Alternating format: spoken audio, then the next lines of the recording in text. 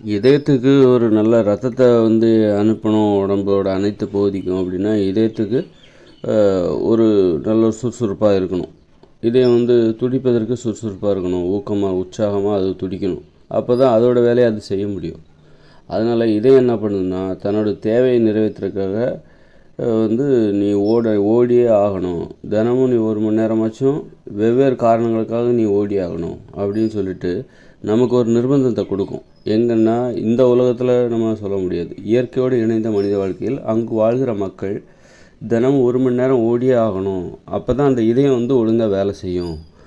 அந்த இதயத்தோட தேவை தான் அவங்க ஓடுறதுக்கு காரணம். கண்டிப்பாக அவங்க ஓடுவாங்க. தினம் தினம் வந்து ஒரு தோட்டத்துக்கு போகும்போதோ ஓட்டமும் நடையுமா தான் அவங்களுடைய வாழ்க்கை இருக்கும். அப்படி அப்படி இருப்பதன் மூலமாக இதயம் தனக்கு தேவையான தனது வேலையை செய்வதற்கான பயிற்சியை வந்து அந்த ஓட்டத்தின் மூலம் பெற்றுவிடுகிறது. இதயத்துக்கு வந்து தன்னுடைய வேலையை ஒழுங்காக செய்யணும், சுறுசுறுப்பாக செய்யணும், எளிதாக செய்யணும், கஷ்டப்படக்கூடாது. ரத்தத்தை அனுப்புகிற அந்த வேலையை வந்து செய்வதற்கு கஷ்டப்படக்கூடாது நம்ம.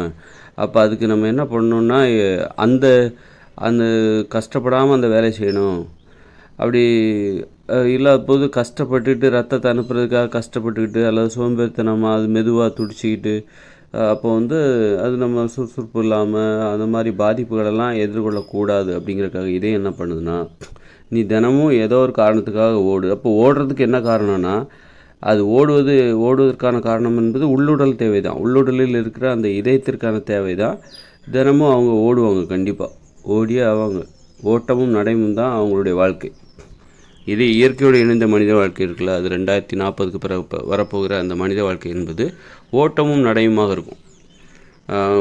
இப்போ வந்து நம்ம வந்து பெரும்பாலானவங்க ஓடுறதே கிடையாது, நடக்கிறதுக்கு கூட கூச்சப்படுவாங்க இந்த உலகத்தில், இயந்திர அறிவியல் உலகில்.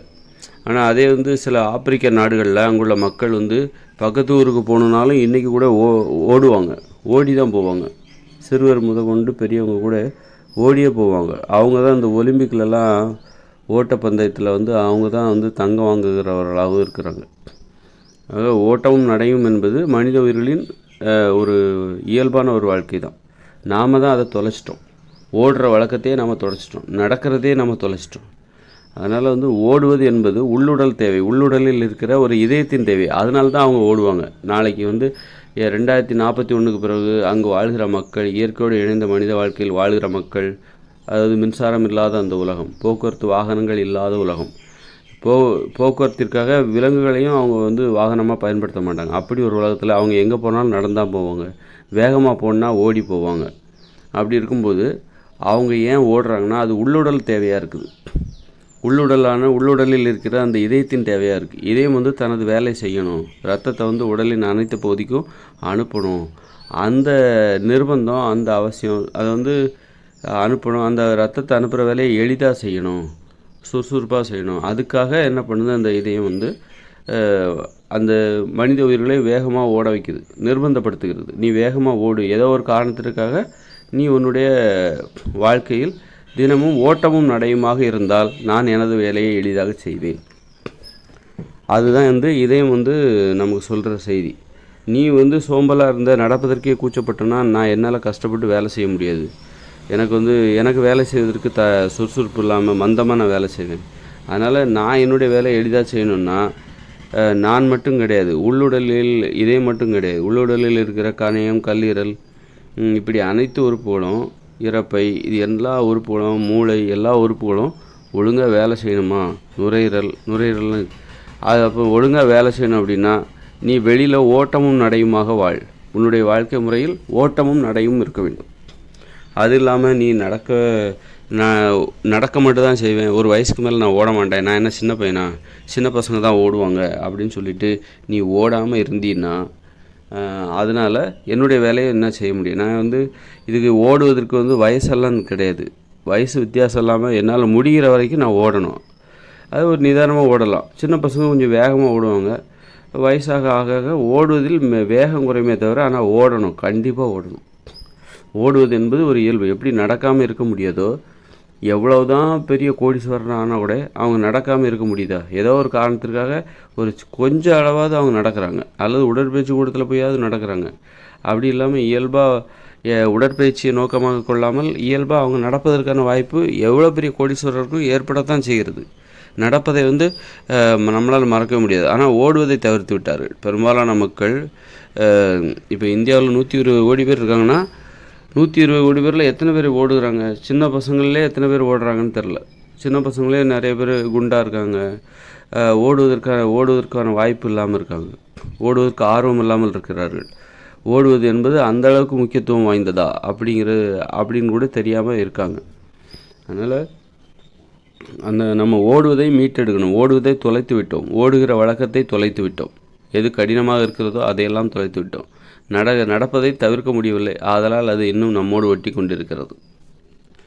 ஓடுவது என்பது உள்ளுடல் ஆரோக்கியத்திற்கான ஒட்டுமொத்த உடலுக்கான ஒரு தேவை. அதனால் அது ஓடியே ஆகணும். உடம்பு ஆரோக்கியமாக இருக்கணும். உடம்பு ஒழுங்காக வேலை செய்யணும். உடம்போட ரத்த ஓட்டம் உடலின் அனைத்து பகுதிக்கும் எளிதாக கொண்டு செல்லப்பட வேண்டும். உடம்பில் வெயிட் போட்டுறக்கூடாது. இது எல்லாத்துக்கும் ஒரு தீர்வு. இவங்க ஓடுகிற வழக்கத்தை கடைபிடித்தே ஆகணும். வேறு வழியே இல்லை. ஓடுவது என்பது அந்த அளவுக்கு முக்கியத்துவமானது என்பதை உணர வேண்டும். அப்படின்னு சொல்லிட்டு அவங்க ஓடுகிற வழக்கத்தை எதிர்காலத்தில், அதாவது 2041க்கு பிறகு வரப்போகிற இயற்கையோடு இணைந்த மனித வாழ்க்கையில் அங்குள்ள மக்கள், உலகம் முழுவதும் உள்ள மக்கள் ஓட்டமும் நடையுமாக அவருடைய வாழ்க்கை முறை என்பது ஓட்டமும் நடையுமாக இருக்கும். அதன் மூலம் நேரத்தை மிச்சப்படுத்துவார்கள். மிச்சப்படுத்திய நேரத்தில் மகிழ்ச்சியாக வாழ்வார்கள். மகிழ்ச்சியாக வாழ்வதற்கு செலவழிப்பார்கள் அந்த நேரத்தை.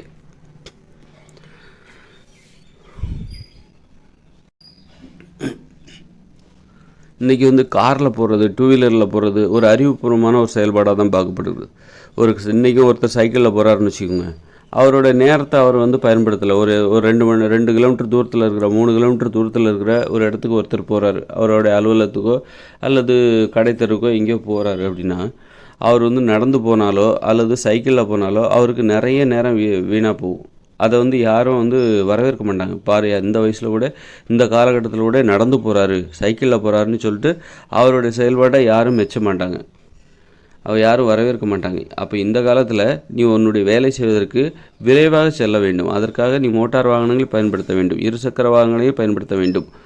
அப்போ தான் அல்லது நீ ஒரு கார் வச்சுக்கிட்டாக்கா இன்னும் நீ அறிவுபூர்வமான அது ஒரு நடைமுறையாக தான் அது பார்க்கப்படுகிறது. அப்படி தான் நம்ம அதை கருதணும். எங்கேயும் நடந்து போகிறது, நடக்கிறத நீ நடைப்பயிற்சி தனியாக செய்துவிடு. ஆனால் எங்கு சென்றாலும் நீ ஒரு வாகனத்தில் செல், வேகமாக செல். அதன் மூலம் நேரம் மிச்சப்படுத்தப்படுகிறது. அப்போது வேகமாக செல்வது என்பது ஒரு அறிவுபூர்வமான ஒரு நடைமுறை. ஒருத்தர் தனது நேரத்திற்கு கொடுக்குற முக்கியத்துவத்தின் அடையாளம் தான். ஒருத்தர் காரில் போகிறாங்க. நான் ஏன் கார் வாங்குறதை ஏன் மக்கள் பெருமையாக நினைக்கிறாங்க? நேரத்தை அவங்க முக்கியமாக நினைக்கிறாங்க. நேரத்தின் அருமையை உணர்ந்திருக்கிறார்கள். அந்த புரிதல் தான் அவங்களுக்கு பெருமையை கொடுக்கிறது. அந்த நேரத்தின் அருமையை உணர்ந்தவர்கள் என்கிற பெருமை அவர்களுக்கு இருக்கிறது. அவருடைய வாழ்க்கையை பார்த்தாலே அவர்கள் நேரத்தின் அருமையை உணர்ந்தவர்கள். அதனால தான் அவங்க கார் வாங்குகிறாங்க அல்லது இருசக்கர வாகனங்கள் வாங்குகிறார்கள். நடந்து போகிறாங்க. இல்லை, நான் எங்கே போனால் நடந்து போவேன். இன்னை வரைக்கும் எனக்கு இருசக்கர வாகனங்கள் கிடையாது, சைக்கிள் தான் இருக்குது, அதில் தான் போவேன்னா நம்ம அது பெருமைக்குரிய செயலாக இன்றைக்கி பார்க்கப்படலை. அப்போ அதே மாதிரி தான் நீங்கள் நேரத்தின் முக்கியத்துவத்தை உணர்ந்தவர்களாக உங்களை காட்டிக்கொண்டால்தான் நீங்கள் பெருமைக்குரியவர்கள். அப்படின்னா இயற்கையோடு இணைந்த மனித வாழ்க்கையில் 2040க்கு பிறகு அங்கு வாழ்கிற மக்கள் ஓடுகிற வழக்கம் அவர்களுக்கு இருந்தால் அவர்கள் பெருமைக்குரியவர்கள். ஓடுவதை பெருமையாக நினைப்பார்கள். ஏன்னா அவங்களுக்கு வேறு வழியே இல்லை. இருசக்கர வாகனங்கள் எதுவுமே கிடையாது, மோட்டார் வாகனங்கள் கிடையாது, கார் வாங்க முடியாது, மின்சாரம் கிடையாது, தொழிற்சாலை கிடையாது, எதுவுமே கிடையாத சூழ்நிலையில் அவங்க நேரத்தை மிச்சப்படுத்துறதுக்காக ஒரு இடத்துலேருந்து இன்னொரு இடத்துக்கு போகும்போது ஓடித்தான் போவாங்க. ஓடி போகிறதுனால அவங்க நேரத்தை மிச்சப்படுத்துகிறாங்க. அந்த பழக்கம் அவங்களுக்கு பெருமையாக இருக்கும். ஓடுகிறார், அவர் நேரத்தின் அருமையை புரிந்திருக்கிறார், அதனால் அவர் ஓடுகிறார். ஓடுவது என்பது ஒரு பெருமைக்குரிய செயல். ஏன்னா ஓடுறதுக்கு கஷ்டப்படணும். சும்மா நடக்கிறது ஈஸி, ஓடுறது கஷ்டம். ஆக அந்த செயலை அவர் ஓடுகிறார் என்றால் அது பெருமைக்குரிய ஒரு செயலாக தான் ஒரு இயற்கையோடு இணைந்த மனித வாழ்க்கையில் 2040க்கு பிறகு வரப்போகிற இயற்கையோடு இணைந்த மனித வாழ்க்கையில் பார்க்கப்படும், பெருமையாக பார்க்கப்படும். இன்றைக்கி கார் வச்சுருக்கவங்கள நம்ம எப்படி பெருமையாக பார்க்குறோமோ அதே மாதிரி தான் ஓடுறவங்கள இயற்கையோடு இணைந்த மனித வாழ்க்கையில் பெருமையாக பார்ப்பாங்க. கார் வச்சுருக்கிறது அவ்வளோ கஷ்டம் கிடையாது. கார் வாங்குறதுக்கு நிறைய அவங்க கஷ்டப்பட்டு உழைச்சி அந்த பணத்தை சம்பாதிச்சு காரை வாங்கியிருக்கணும். அப்போது கார் வச்சுக்கிறது ஒரு கடினமாக முயற்சி செஞ்சால் தான் ஒருத்தர் கார் வாங்க முடியும். அதே மாதிரி ஓடுவதற்கும் ஒரு கடின முயற்சி தேவை. ஓடுவது அவ்வளோ எளிதானதில்லை. ஓட வேண்டுமென்றால் அதற்கு ஒரு கடின முயற்சி தேவை. எளிதாக ஓடிவிட முடியாது. ஆக வந்து ஓடுபவர்கள் இயற்கையோடு இணைந்த மனித வாழ்க்கையில் பெருமையாக பார்க்கப்படுவார்கள். ஒரு பெருமையின் அடையாளமாக ஓடுவது என்பது இருக்கும். அப்படி இருக்கும்போது ஆண்கள் பெண்கள் எல்லாருக்குமே அந்த பழக்கம் இருக்கும். எப்போ ஓட மாட்டாங்க அப்படின்னா, முதுமை அடைந்து வேகம் வேணால் குறையுமே தவிர ஓட்டம் என்பது தவிர்க்க முடியாததாக இருக்கும். முதுமையில் வந்து ஒரு 90 வயசுக்கு மேலே 100 வயசுக்கு மேலே ஓட முடியாது, என்னால் நடக்க மட்டும்தான் முடியும் அப்படிங்கிற ஒரு ஸ்டேஜ் வரும். அப்போ அவங்க ஓடுவதை வேறு வழியே இல்லாமல் தவிர்ப்பாங்க. அதை ஒரு மிகப்பெரிய கவலைக்குரிய ஒரு நிகழ்வாக பார்ப்பாங்க. அவங்களுக்கு அது வந்து ஒரு முதுமையை நாம் நெருங்குகிறோம், அதாவது முதுமைக்குள்ளே நுழைஞ்சிட்டோம். முதுமையை வந்து அது உணர்த்துகின்ற முதுமையின் கொடுமையை உணர்த்துகின்ற ஒரு நிகழ்வாக அது மாறும். அப்புறம் அவங்க நடக்க தான் செய்வாங்க. என்னால் ஓட முடியாது, அதனால தான்ப்பா நடக்கிறேன். ஒருத்தர் நடந்து போகிறாரு, ஒரு அதிக தொலைவுக்கு ஒருத்தர் நடந்து போகிறாருன்னா அவரால் ஓட முடியாது, அதனால் நடக்கிறாரு அப்படின்னு பார்த்தாலே தெரிஞ்சிடும். ஒருத்தரை பார்த்தாலே அவரது உடல்நிலை தெரிந்துவிடும். அப்போது ஒருத்தர் வந்து அவரால் ஓட முடியும் ஆனால் நடந்து போகிறாரு அப்படின்னா, அப்போ பார்க்குறவங்க என்ன நம்மளை தப்பாக நினச்சிப்பாங்க. நமக்கு ஓட தெரியாது, ஓட முடியாது, அதனால தான் நம்ம நடந்து போகிறோம் அப்படின்னு பார்க்குறவங்க நம்மளை தப்பாக நினச்சிக்க மாட்டாங்களா அப்படின்னு நினச்சிட்டு அவர் ஓடுவார். ஓடுகிற வழக்கத்தை கண்டிப்பாக கடைபிடிப்பார். ஆக இந்த மாதிரி ஒரு ஓட்டத்திற்கு அந்தளவுக்கு ஒரு முக்கியத்துவம் இருக்கிறது எதிர்கால வாழ்க்கையில், இயற்கையோடு இணைந்த மனித வாழ்க்கையில்.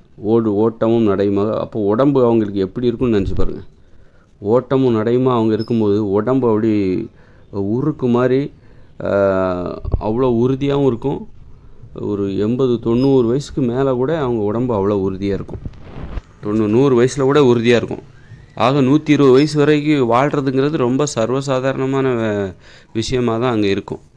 120 வயசு வரைக்கும் வாழ்வாங்களா, அது எப்படிப்பா அப்படின்லாம் கேள்வி கேட்க வேண்டிய அவசியமே இல்லை. 120 வயசுங்கிறது இன்றைக்கி வந்து ஒரு 70-80 வயசில் ஒருத்தர் இறந்து போகிறாரு அப்படின்னா அதே மாதிரி தான், அதை விட இன்னும் உறுதியாகவே இருப்பாங்க. 110 வயசு வரைக்கும் கண்டிப்பாக உறுதியாக இருப்பாங்க.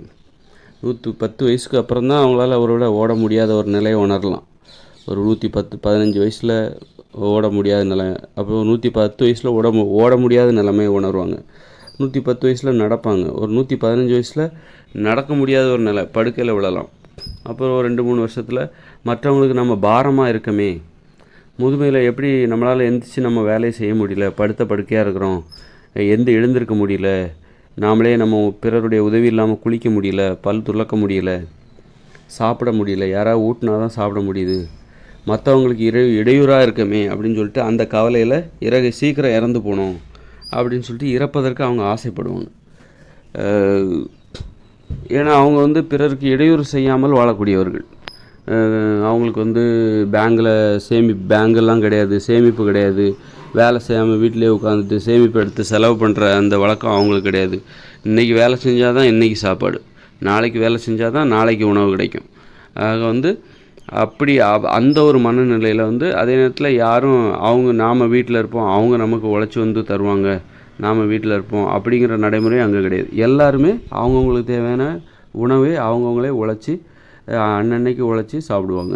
அப்படி இருக்கும்போது அங்கே உள்ள வாழ்க்கை முறை வந்து பிறருக்கு இடையூறு செய்யாத ஒரு வாழ்க்கை முறை. அவங்க வாழ்நாள் முழுவதும் சின்ன வயசுலேருந்து எப்போ நடக்கவும் ஓடவும் கற்றுக்குறாங்களோ அப்போவே இருந்து அவங்க வந்து சின்ன வயசில் கூட பெற்றோர்களுக்கு உதவியாக இருந்து அந்த உணவை வந்து தனக்கு தேவையான உணவை பெற்றோர்களுக்கு உதவியாக இருந்து அந்த உணவு உற்பத்தி தொழிலில் ஈடுபட்டு கற்றுக்கொண்டு அப்புறம் 8 வயசுக்கு பிறகு தனியாக 2 ஏக்கர் நிலத்தை வாங்கிக்கிட்டு அப்படி அவங்க கஷ்டப்பட்டு சின்ன வயசுலேருந்து பிறரை எதிர்பார்க்காம தனது உணவு தேவையை பூர்த்தி செஞ்சுருப்பாங்க. ஒரு குழந்தை எப்போ நடக்குதோ ஓடுதோ அப்போவே அந்த குழந்தை என்ன பண்ணுது, அவங்க அம்மா அப்பா அவங்களுடைய விளைநிலத்துக்கெல்லாம் போகுது, அம்மா அப்பாவோட உழைக்குது, அவங்க சொல்கிற வேலையை செய்யும். அந்த குழந்தைங்க செஞ்சு தான் ஆக சின்ன வயசுலேருந்து குழந்தைங்க சுயமரியாதையோடு தான் இருக்கும். யாருக்கும் பாரமாக இருக்காது, குழந்தை கூட பாரமாக இருக்காது.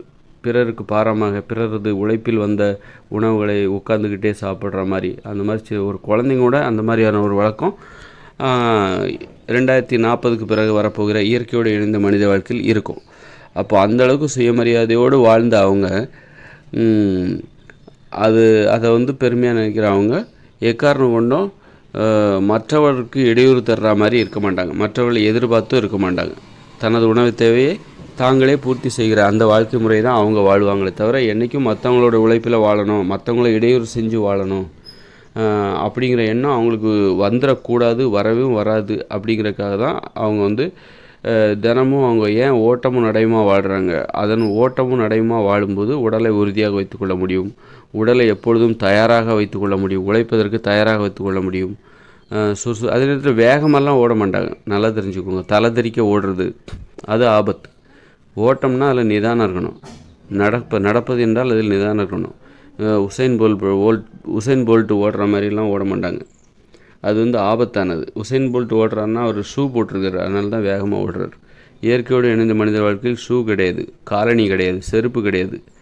அப்போ அதனால் அவங்க வெறுங்காலில் தான் நடப்பாங்க. வெறுங்காலில் நடக்கும்போது வேகமாக ஓடனா விபத்துகள் தான் ஏற்படும். காலில் வந்து கல்லெல்லாம் குத்தி ஏதாவது விபத்து தான் ஏற்படும். அதனால் கவனமாக ஓடுவாங்க. ஆனால் கவனமாக ஓடுவாங்க. தலைதெறிக்கெல்லாம் ஓட மாட்டாங்க. நான் ஓடுவாங்க, ஓட்டமும் நடையுமா இருப்பாங்கன்னொடனே நீங்கள் வந்து உடனே அப்படி கற்பனை பண்ணிக்காதீங்க. ஒரு சின்ன பசங்க கொஞ்சம் வேகமாக ஓடுவாங்க. ஒரு பெரியவங்க வயசாக ஆக ஆக வேகம் குறையுமே தவிர ஓட்டத்தை விட்டு கொடுக்க மாட்டாங்க. ஏன்னா ஓட்டம் என்பது உள்ளுடல் ஆரோக்கியத்தின் தேவை. அதனால் அதை உணர்ந்து தான் அவங்க அந்த ஓட்டமும் நடையும் அந்த அறிவுபூர்வமான வாழ்க்கை வாழ்கிறவங்க தான் அவங்ககிட்ட மூட நம்பிக்கை கிடையாது, மத மூட நம்பிக்கை எதுவுமே கிடையாது.